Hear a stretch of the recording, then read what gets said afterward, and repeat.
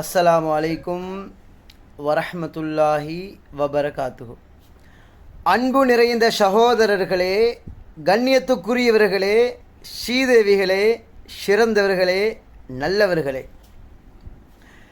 ரிஸ்கை அடைந்து கொள்வதற்கு, பொருளாதாரத்தை அடைந்து கொள்வதற்கு 9 முறைகள் இருக்குது.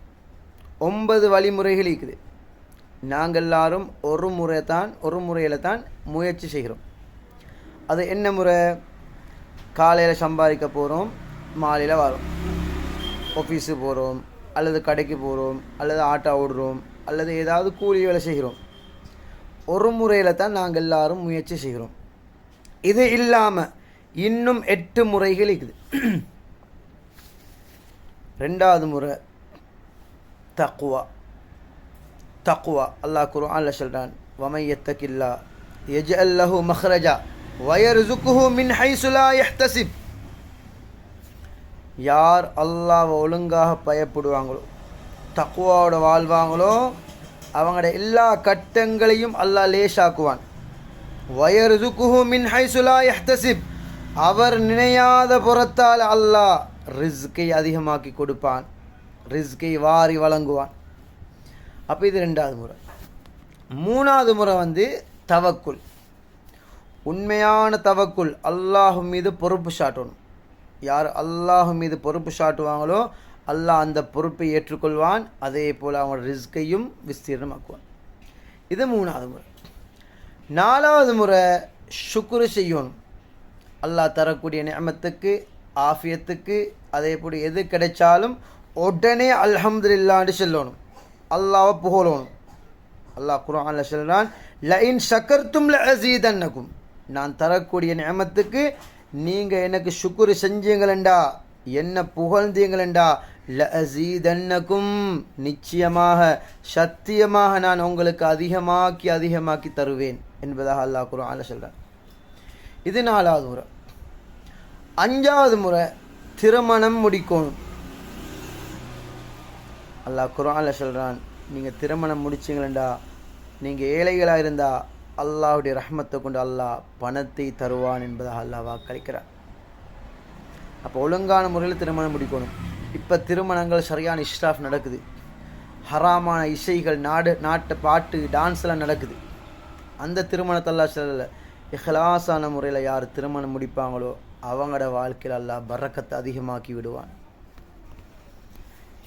அதே போன்று அடுத்த முறை 6வது முறை இஸ்திக்ஃபார் செஞ்சோம்னு சொன்னால், ஒரு நாளைக்கு குறைஞ்ச விடுத்தம் 100 தடவை அஸ்தக்ஃபிருல்லாஹ்னு சொன்னோம்டா, இஸ்திக்ஃபார் செஞ்சோம்டா, அல்லாஹ் உலகத்துடைய எல்லா தேவைகளையும் லேசாக்குவான், எல்லா கஷ்டங்களையும் இலகுபடுத்துவான். அது மட்டுமல்ல, அல்லாஹ்வோட ரஹ்மத்தை கொண்டு அல்லாஹ் அதிகமான பரக்கத்தை, ரிஸ்கில் பரக்கத்து உண்டு பண்ணுவான். அதே போன்று 7வது முறை துவா. நாங்கள் எல்லோரும் துவா கேட்குறோம், வருஷக்கணக்காக துவா கேட்குறோம். மக்கால விதி துவா கேட்குறோம், சதக்கா கொடுத்து போட்டு துவா கேட்குறோம், குர்ஆனை ஓதி போட்டு துவா கேட்குறோம், ஹஜ்ஜில் போய் துவா கேட்குறோம்.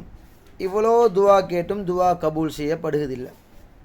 அன்பாந்தவர்களே, துவா கேட்க முன்னால் அல்லாஹ்வை புகழணும், அதற்கு பின்னால் ஸலவாத்து ஓதணும், நம்பிக்கையோடு துவா கேட்கணும், உடம்புல ஹராங்கள், வட்டிகள் கலப்பட்டிக்க கூடாது. அதே போன்று குடும்ப உறவுகளை பிரியாமல் இருக்கணும். அப்போ தான் துவா கபூல் ஆகும். இல்லைன்னா துவா கபூல் ஆகுது. நாங்கள் துவாவை ஒழுங்கான முறையில் கேட்டாலும் அல்லாஹ் ரிஸ்கில் விஸ்தீர்ணத்தை உண்டு பண்ணுவான், அதிகமான பரக்கத்தை தருவான். அடுத்தது 8வது முறை சதகா.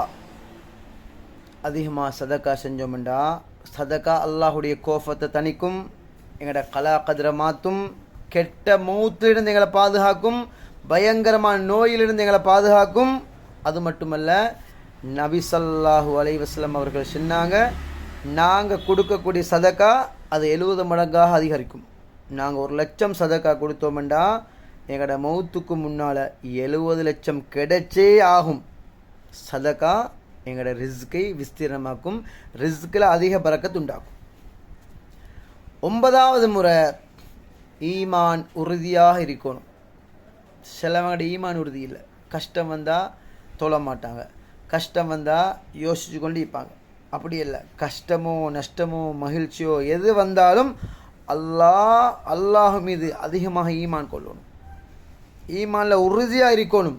அல்லாஹ் குர்ஆன்ல சொல்றான், வலவ் அன்ன அஹ்லல் குரா ஆமனு, ஊர்வாசியில் எல்லாரும் சேர்ந்து சரியான முறையில் ஈமான் கொண்டீங்கள்னு சொன்னா அல்லாஹ் சொல்றான், வானம் பூமியுடைய பரக்கத்தை நாங்கள் திறந்து தருவோம். எப்படி பறவைகளுக்கு நாங்கள் ரிஸ்க் அளிக்கிறோமோ, அது காலையில் ஒன்றும் இல்லாமல் போகுது, மாலையில் வயிறை நிறைச்சி கொண்டு வருகுது. அப்போ ஈமானை நீங்கள் உறுதிப்படுத்தினீங்கன்னு சொன்னால், உங்களோட ஈமான் உறுதியாக இருந்ததா உங்களுக்கு ரிஸ்கில் அதிகமான பரக்கத்து கிடைச்சி கொண்டே இருக்கும்.